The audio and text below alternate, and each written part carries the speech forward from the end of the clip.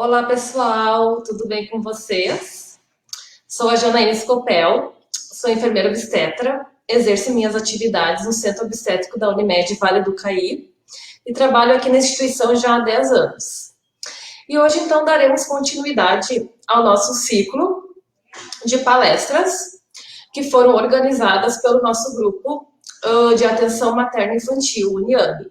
E essas palestras é em comemoração ao Agosto Dourado e o mês da amamentação. E hoje falaremos, então, sobre a preparação das mamas para a amamentação e prevenção de fissuras. E a nossa convidada de hoje é a nossa querida Luísa Maurer. Ela é fisioterapeuta pélvica, consultora de amamentação e doula. Olá, Luísa, seja muito bem-vinda. Olá, Jana, tudo bem? Tudo. E mais uma vez, obrigada por aceitar o convite e compartilhar seus conhecimentos conosco. É um prazer enorme estar participando desse evento tão importante que é esse mês voltado ao aleitamento materno, né? O quanto é importante a gente falar sobre esse assunto, e eu agradeço imensamente o convite da Unimed e poder dividir um pouco esse tempo aí contigo, Jana. A gente já se conhece um pouco aí do trabalho também nos partos aí, então é um prazer enorme. Que bom, Luísa. Então, tu pode começar. Bom, a gente dividiu alguns temas, assim, a gente fez alguns tópicos para conversar que são para a gente falar um pouquinho sobre a amamentação. Primeira coisa, eu sou fisioterapeuta pélvica, né? E eu trabalho com o preparo da gestante para o parto, né? Independente da via de nascimento, eu participo de parto e também faço esse trabalho com consultoria de aleitamento materno para ajudar as mães nos desafios da amamentação, porque diferente do que a gente vê, a amamentação não é algo tão instintivo como todo mundo defende, né? E sim é um processo de aprendizado, tanto da mãe quanto do bebê, porque a maioria das mães tem seu primeiro filho, nunca amamentou, né? E os bebês também nascem e não aprenderam ainda a mamar. Então, tudo isso tem a ver com aprendizado. E aí, um dos tópicos que a gente gostaria de abordar, né, é como se preparar na gestação para a amamentação, né? Bom, há um tempo atrás, tinha-se algumas ideias, assim, né, de algumas coisas a serem feitas. Hoje já se sabe, por questões de pesquisas, que, na verdade, não precisa se fazer nada durante a gestação para preparar-se para a amamentação, a não ser saber um pouquinho de conhecimento e estudar sobre o tema. Mas, por exemplo, há um tempo atrás se dizia para pegar e passar uma bucha no mamilo, porque, na verdade, tinha-se uma ideia que fosse calejar o tecido. Mas hoje já se sabe que isso não acontece. E ainda a gente corre o risco de gerar pequenas lesões na região areolar e mamilar, e quando a criança começar a sugar, estar mais propenso a ter fissuras, né?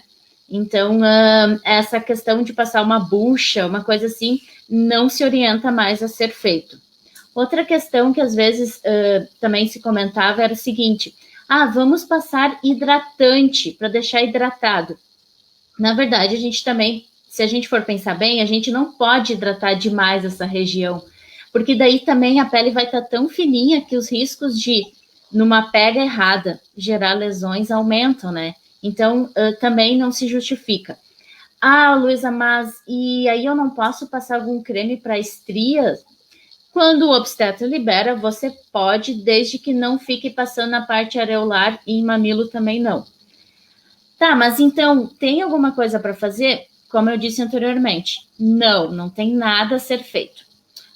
Mas e pegar um sol? Bom, o sol não tem nada que diga que não, por gerar algum malefício, como também não tem nada que diga que sim, que comprove, faz bem. Então, assim, podendo pegar um sol, pode pegar um sol, né? Mas também não significa que se você não pegar, nós vamos ter sérios problemas, né? Então, a minha sugestão é conhecer o seu seio, o seu tipo de mamilo, né? E aí, dependendo se você tem um mamilo do tipo invertido, que é aquele para dentro, aí existem coisas que você pode se informar para daqui a pouco ter adquirido, se for o caso, para quando a criança começar a mamar, você ter em casa, né? Então, conhecer um pouquinho dos apetrechos que daqui a pouco podem ajudar ou não na amamentação. Mas preparar o seio não tem porquê. Também, Jana, há um tempo atrás se dizia para usar aquelas conchas, sabe? A gente sabe que prejudica também, né, Luísa? O máximo que a gente pode orientar é a mãe usar um sutiã mais confortável, né? Mas as conchas são prejudiciais, a gente já sabe também. Daí as conchas, o pessoal achava que porque ela tem aquele orifício, né? O que acontecia? Bota lá e meio que forma o mamilo, o bico, né, para fora. Mas o que acontece? Já se sabe que o tecido do mamilo, esse tecido do mamilo, ele tem uma capacidade de retração muito grande. Então, se você usar durante o dia, você pode até exteriorizar um pouco, mas logo volta. Então, você ainda corre o risco de ser muito estimulado aqui com aquele peso da concha, né? E ainda fazer uma obstrução de ducto por estar muito apertado, e você não ter esse resultado para quando a criança nascer. Então, tem outras técnicas que podem ser usadas quando a criança nascer, que não precisa ser feito antes, durante a gestação, né? Então, não precisa fazer nada na gestação, a não ser ter informações. Na realidade, a gestação já prepara a mãe para amamentar, né? O que ela precisa é ter informações, que nem tu mesmo disse, de como prosseguir com isso. E eu acho que ela conhecendo o seu filho, o vínculo, né, dando um ambiente confortável, tudo isso favorece. Eu acho que a pandemia, por um lado, favoreceu o lance de ficar tranquilo e com a privacidade, né? Agora, assim, as pessoas visitarem nas casas, eu acho que essa privacidade ficou um pouco melhor em questão de mãe para filho, né? Ter um ambiente tranquilo, ter uma rotina tranquila, tudo isso favorece. E eu acho que a paciência é o segredo maior também para que a amamentação seja eficaz, né? Porque a gente não pode romantizar muito. É difícil, mas depois que engrena, é a coisa mais linda do mundo, com certeza. Os primeiros 15 dias, 30 dias, eles são muito desafiadores, né? E bem como você falou, um tópico bem importante, que muitas vezes, agora com a pandemia, nesse aspecto, favoreceu um pouco, né? Que é a questão de não ter tantas visitas. As mães, às vezes, se sentem constrangidas em pedir licença para ir dar de mamar no ambiente que elas se sentem mais confortáveis. E a criança, ela tem toda a necessidade de um lugar mais calmo, né? Nem tanto barulho, nem tanto, não sendo muito pegado por pessoas diferentes e tudo mais.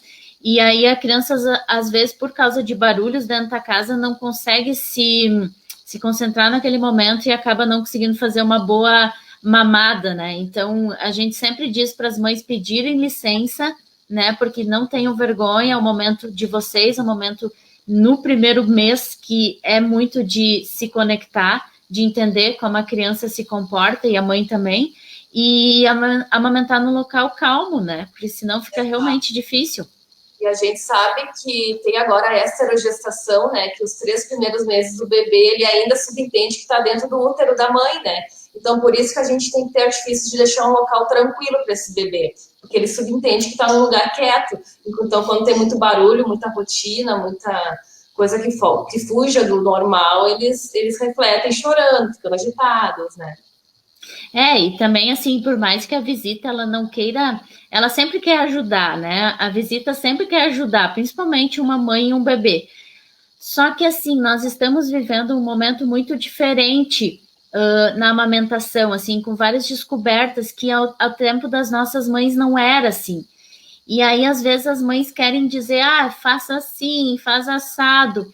E, na verdade, as coisas não estão mais desta forma, né? Daí a mãe já começa a ficar nervosa, a mãe já começa a achar que ela não está sendo capaz.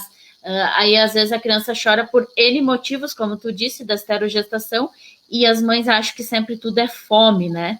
E aí também começa a desacreditar na condição de amamentar, né? De pensar, meu leite não é bom o suficiente, meu leite é fraco, e todas essas questões aí que permeiam muito esses mitos na amamentação, né? Então, realmente, o cuidado do ambiente de se amamentar é fundamental.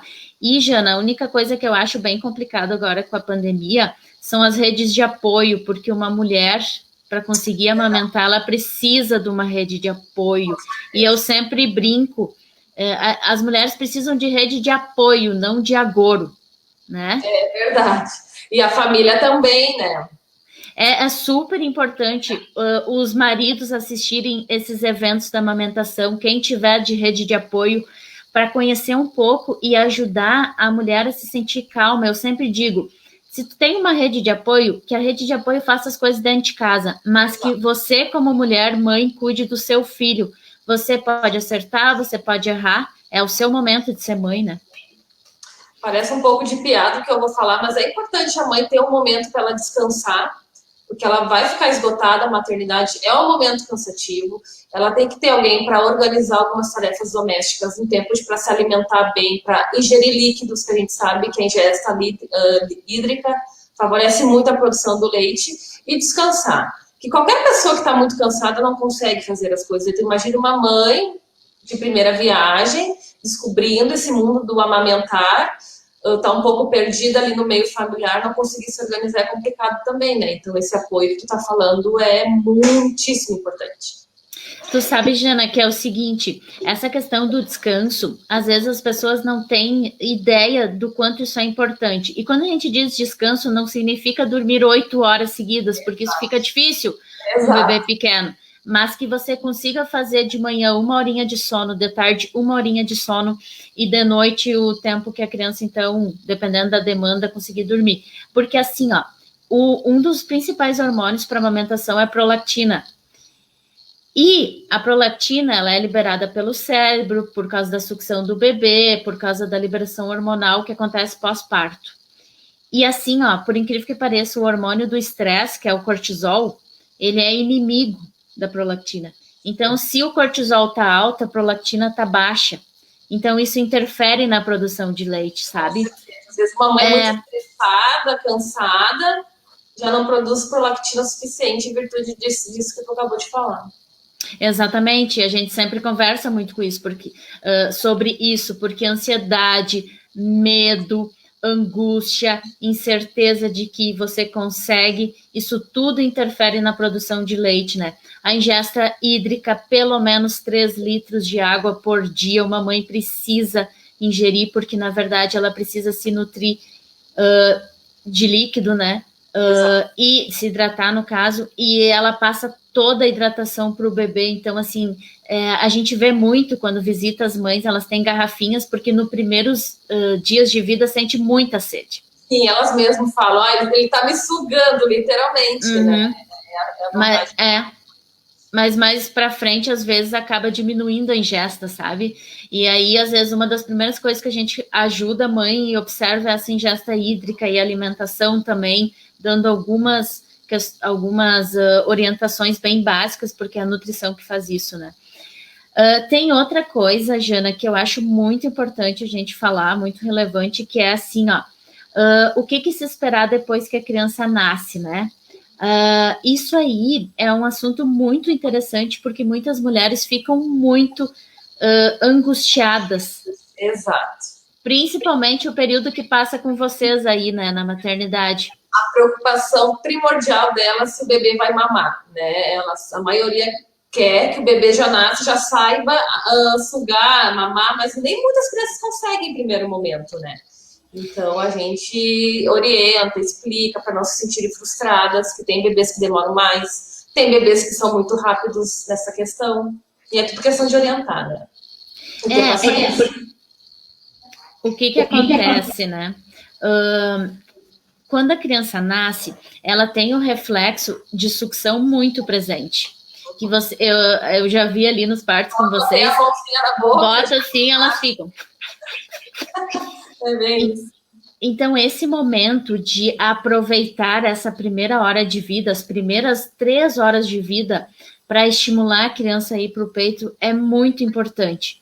Não que a criança saia mamando assim de cara, porque cada um tem seu tempo, né? Depende da via de nascimento também. E do tempo de gestação também, né? Mas, assim, colocar o contato pele a pele, né? Colocar o bebê em contato com o seio, deixar a criança ir procurando. Não é à toa que os nossos, a parte areolar e mamilar escurece quando a gente está gestando, né? É desta forma que a criança consegue identificar a região que vai mamar, né? Então tem toda essa questão. E essa questão de botar a criança para mamar nas primeiras horas de vida é muito importante para a criança, né? Porque ela vai conseguir tirar aquele colostro, aquela parece uma aguinha de leite, mas que é a primeira injeção imunológica de um bebê que é fundamental para a criança. Não existe suplementação nenhuma que consiga fazer esse tipo de resposta tão positiva para o filho, né?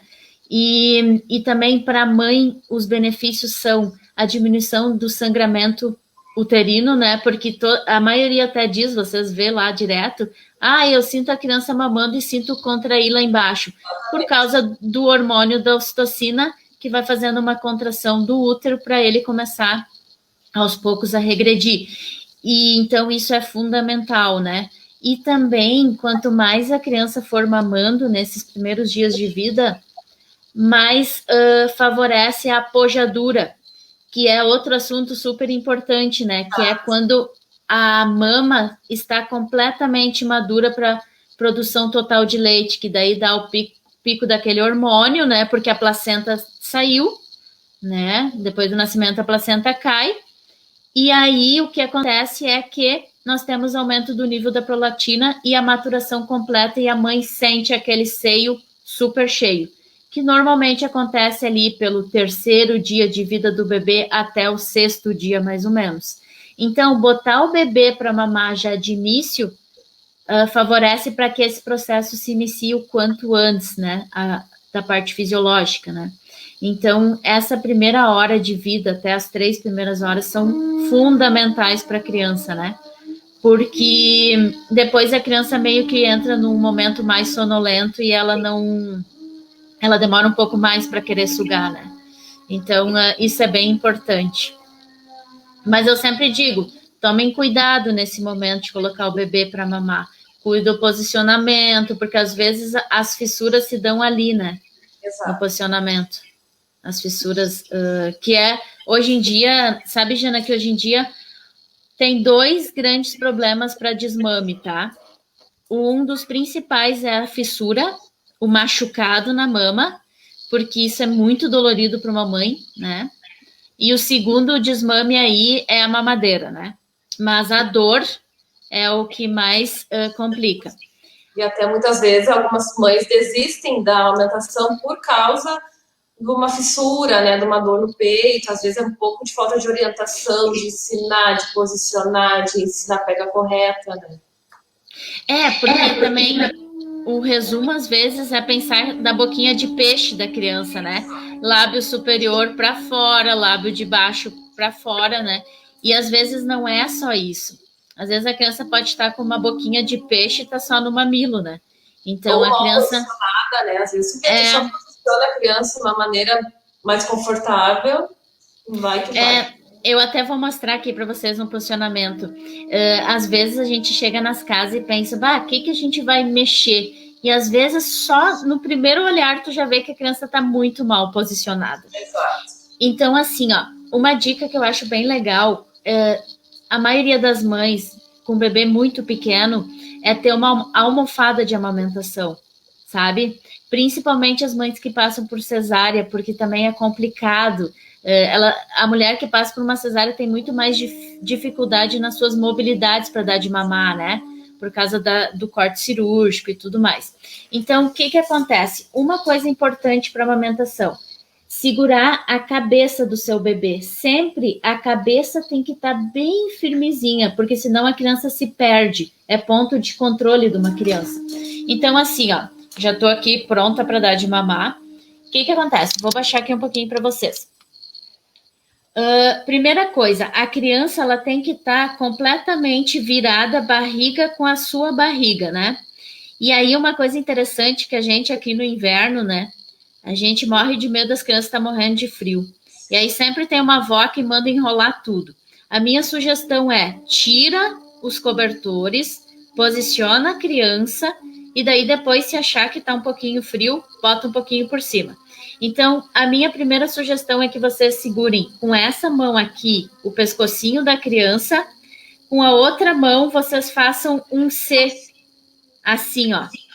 Aí, o que vocês vão fazer? Vocês vão pegar a ponta do mamilo e vão estimular da parte de cima da boquinha até a linguinha. E vão passar bem suave, até a criança abrir bem a boca. E aí encaixa a criança.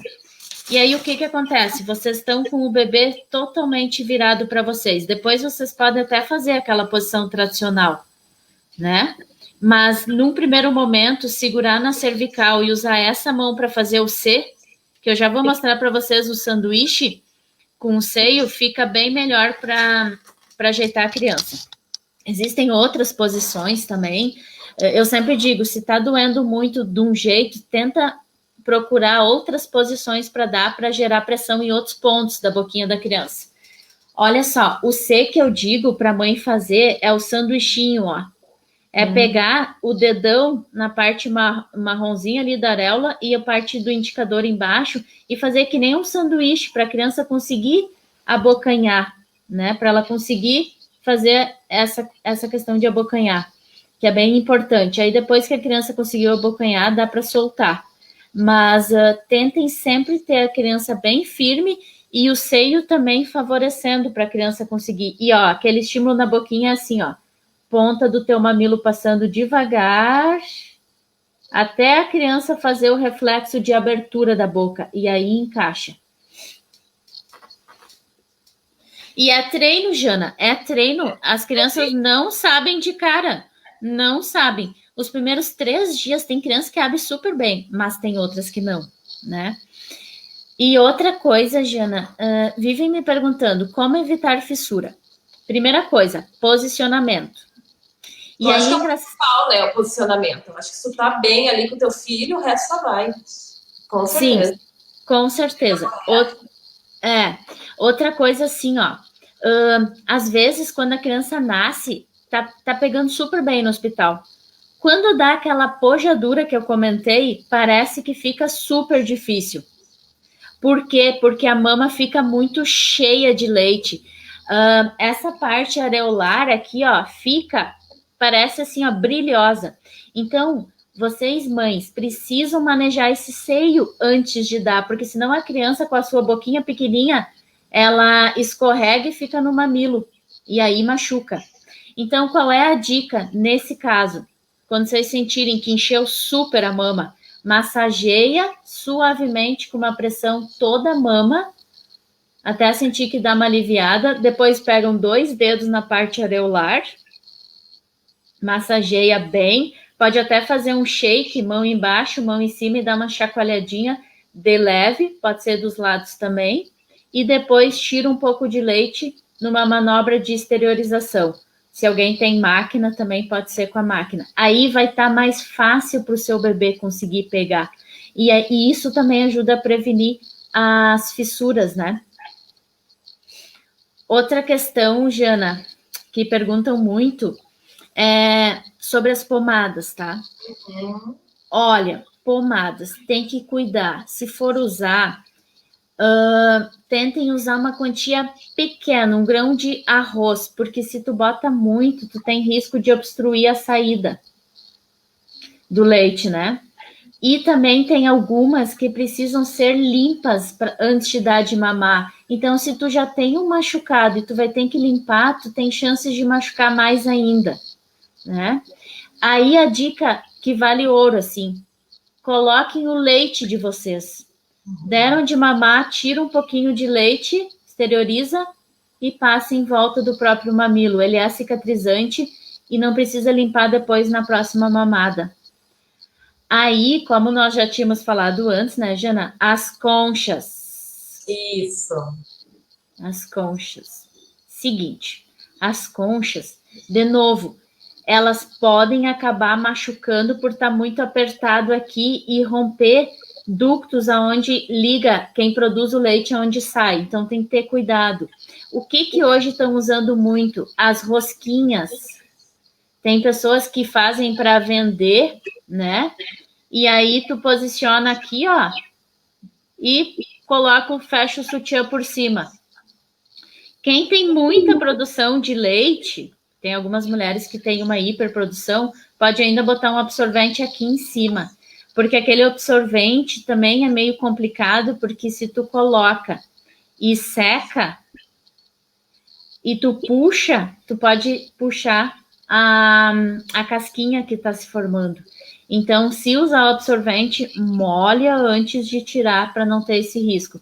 Mas essas rosquinhas são bem bacanas para colocar.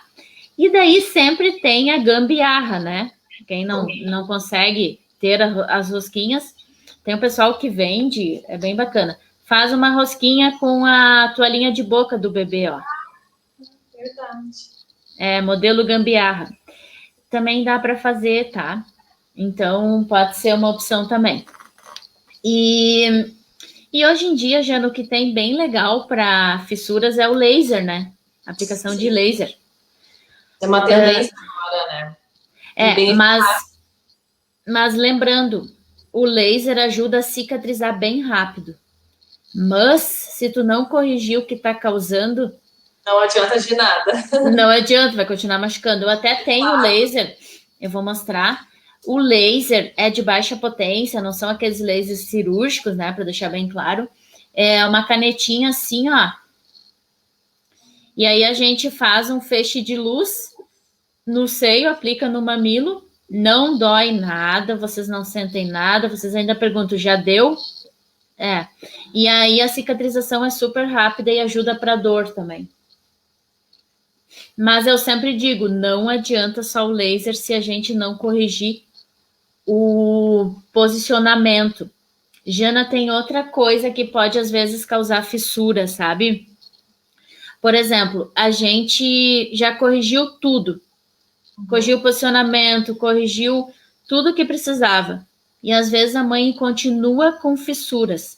E daí, às vezes, a gente conversa com fono, que trabalha com amamentação para avaliar, porque às vezes pode ter alteração na língua. Sim. Né? Não é, às vezes, sabe, Jana, não é nem aquela alteração mais clássica, que às vezes até no hospital já se enxerga de cara. As alterações... a linguinha presa. Umas alterações mais posteriores, assim, que às vezes interferem em machucar e não ganhar peso, né? Luiz, a gente já tem umas perguntinhas, então, do pessoal que está acompanhando a live, tá? A Aline Rodrigues pergunta, então, fala sobre os óleos ou pomadas no pós-parto. Bom, ela deve estar falando da amamentação, né? O que acontece? Tem um óleo aí que é de girassol, que o pessoal às vezes orienta a passar. Como eu já disse, se precisar, são poucas mulheres às vezes que precisam, coloca uma quantia bem pequena, não besunta tudo. Porque às vezes também, Jana, deixar muito oleoso a região, quando a criança vem, ela escapa. Sim. E aí ela vai ficar mamando no mamilo e vai machucar. Não é no mamilo que a criança extrai leite, é na parte areolar, é nesta parte aqui, ó, que a pressãozinha da boca da criança consegue tirar leite. No mamilo, a criança vai gastar energia, vai tirar pouco leite, não vai ficar ganhando peso e ainda vai machucar a mãe. Então, basicamente é isso, coloquem um leite se vocês puderem. E na amamentação pós-nascimento, se conseguirem pegar sol, também ajuda, né? Na cicatrização desse tipo de fissura. Não é que nem um laser, mas sempre dá uma ajuda, né? Luísa, e aqueles bicos auxiliares, o que tu acha? Quando a criança tem uma dificuldade de pega, assim. Bom, nós, consultores de amamentação, somos muito contra aqueles intermediários, bico de silicone. Tem vários nomes. Assim, a gente usa em último dos casos, até mesmo quem tem um mamilo invertido ou um mamilo plano, a gente, dependendo se faz uma pega correta, um bom posicionamento, a mãe consegue sem eles, porque o que acontece nesses casos?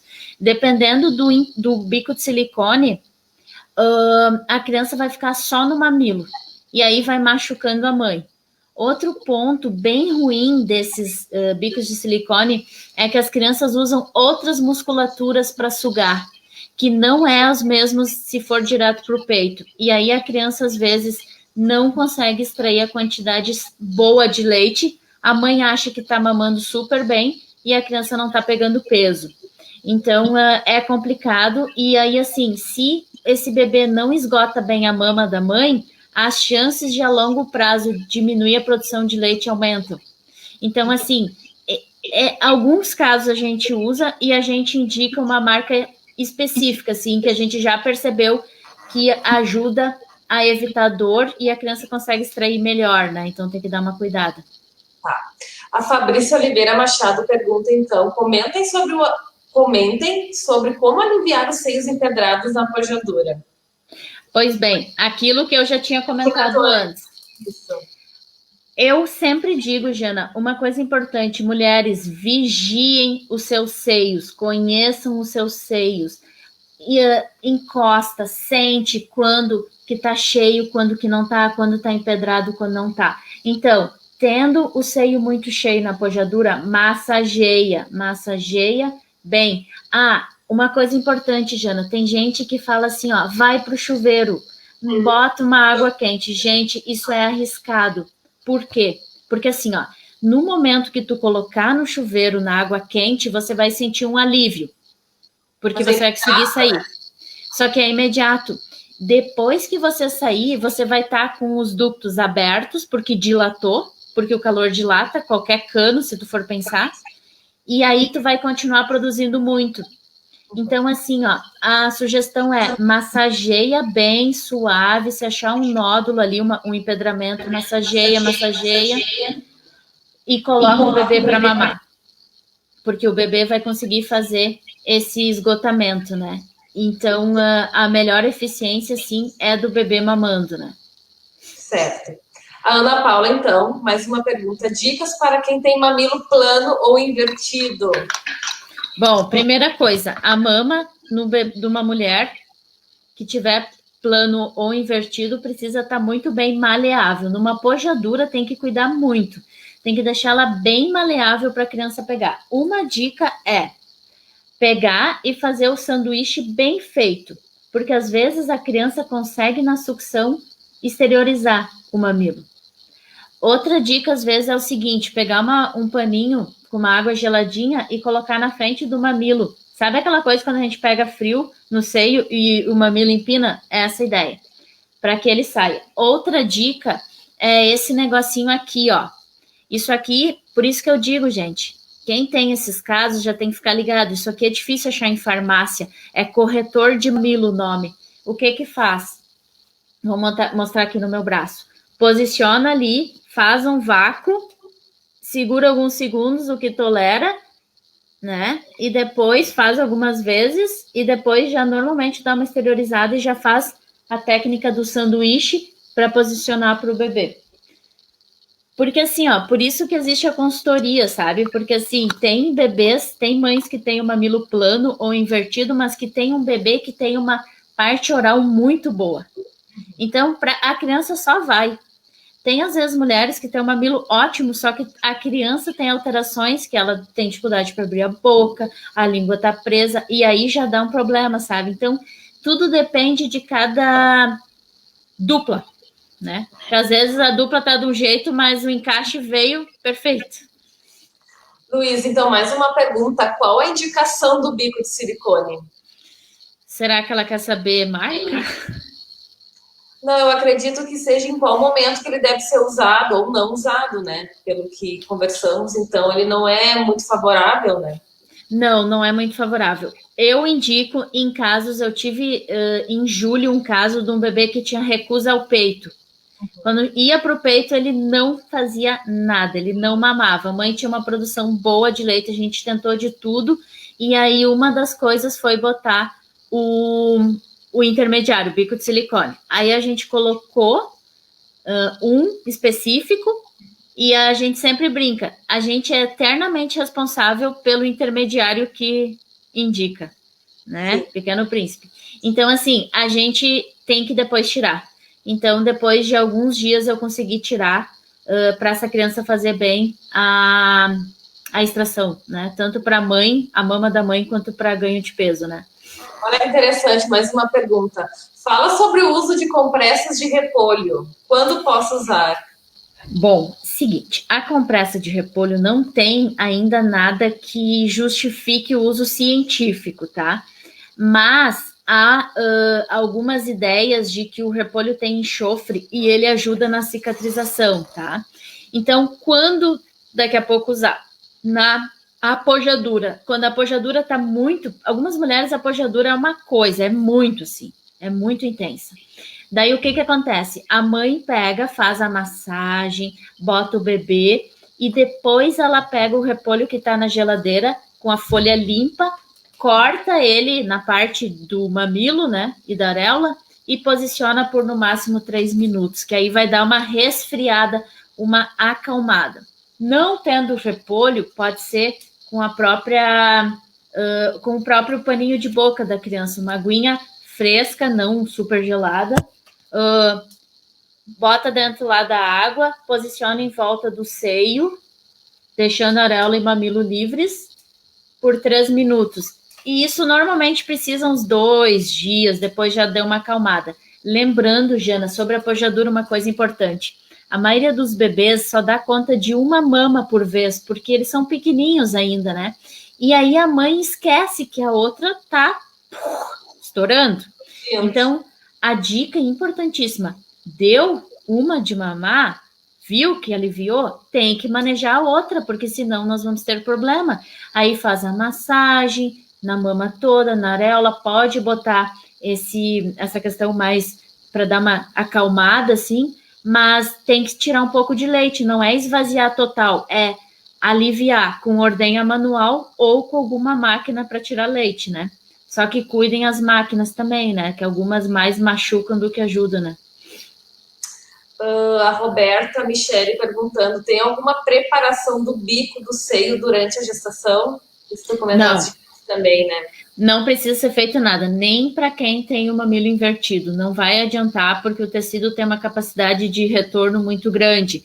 Então, depois que nasce, você vai usar algumas técnicas para exteriorizar. Antes não tem necessidade, né? Tem alguma coisa que ajude a aumentar o volume do leite? Bom, lembrando que do nascimento até a apojadura, o estômago do bebê, no primeiro dia de vida, tem 7 a 10 ml de volume, tá? Isso é nada. Então, o colostro para bebê que tá numa condição de peso normal e glicemia normal, que aí o pessoal da pediatria que cuida, só o colostro já seria o suficiente, principalmente nas 24 horas. Aí, lembrando que quando dá apojadura, aí sim tu tem uma boa produção de leite. O que ajudar? Como a gente já tinha falado, alimentação boa, diminuir comidas que não sejam energéticas e calóricas, procure uma nutri materno-infantil, que isso ajuda muito. Sono, o que dá para dormir. Lembrando, gente, bebê não é aquela coisa que... Algumas têm sorte, mas nem todas. Bebê tem o seu ritmo. E assim, é difícil uma criança que vai dormir 8 horas por noite. E se dormir, cuidem com o seio de vocês, né? Para não dar uma mastite aí. Mas tem que dormir, se alimentar bem, ingerir bastante líquido e fazer coisas que vocês gostam também. E, Luísa, uma última pergunta para a gente encerrar, porque a conversa está maravilhosa. Se a gente fica até amanhã, se duvidar, ainda mais eu e tu, né? O tamanho do seio. O tamanho do seio influencia, não influencia? Eu acredito que seja a dúvida de algumas pacientes. Seio pequeno, seio grande, seio médio? Alguma coisa assim. Para a produção de leite, não interfere, assim, às vezes, né, as avós olham assim e dizem, meu, esse seio pequeno você não vai dar conta. Isso não significa nada. Existe uma hipoplasia mamária, que é muito raro acontecer, muito raro, que pode ser que interfira na produção de leite. Mas, normalmente, o ginecologista já vai ver, o obstetra já vai ver isso aí, e daqui a pouco a gente maneja de alguma maneira. Às vezes um seio muito grande pode ficar ruim para posicionar o bebê, né? Porque às vezes ele muito grande, ele direciona o mamilo para baixo, né? E aí assim, ó, a gente tem N coisas. A gente tem a tipóia para mama. Olha que legal, Jana. Para mamas muito grandes, a gente posiciona aqui e ela se eleva e dá um bom posicionamento para segurar, né? Então, assim, posição boa do seio para que fique bem direcionado para essa parte aqui da criança, isso favorece para a criança conseguir mamar bem. E também assim, ó, se tu posiciona bem o teu bebê, ele vai conseguir respirar. No máximo que tu precisa fazer é botar o dedo para liberar um pouco o nariz, se for o caso. Eu vou mostrar aqui, ó, no meu outro seio. Aqui, ó, se o nariz tá ali fixo, posiciona para rebaixar um pouquinho. Não fiquem com aquela mão em tesoura, porque isso aqui às vezes pode obstruir ducto. Então, sempre façam o C, que é melhor para posicionamento. Então, as mamas maiores às vezes são ruins mais pelo posicionamento mesmo, né? E depende muito do bebê. Depende muito do bebê. Luísa, encantada com tudo que tu falou para nós hoje. E muitas coisas aí artesanais, né? Que são os macetes que podem ajudar as mães. Eu achei o máximo as rosquinhas ali de paninho, molhar o paninho, agora essa tipóia. Muito, muito legal. Mais uma vez eu quero te agradecer por tu ter cedido um tempinho para nós, tá?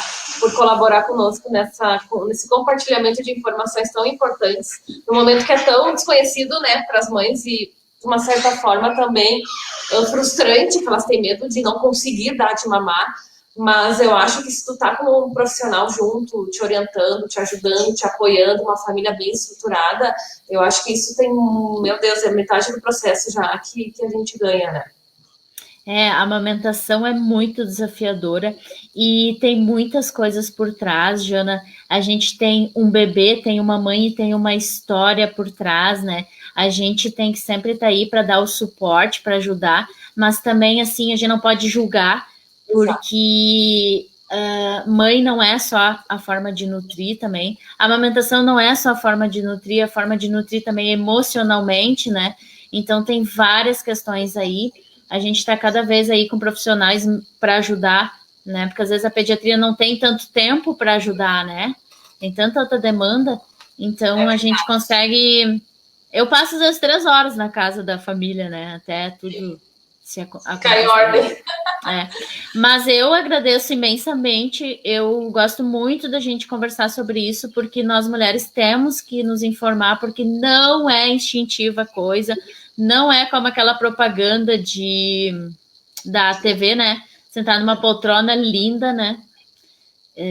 Tem vários desafios aí, e a gente tem como... materno né? Aquele instinto de saber que algo não está certo, mas o amamentar é técnica, é conhecimento, é preparação, não adianta, né? E tempo, paciência, né?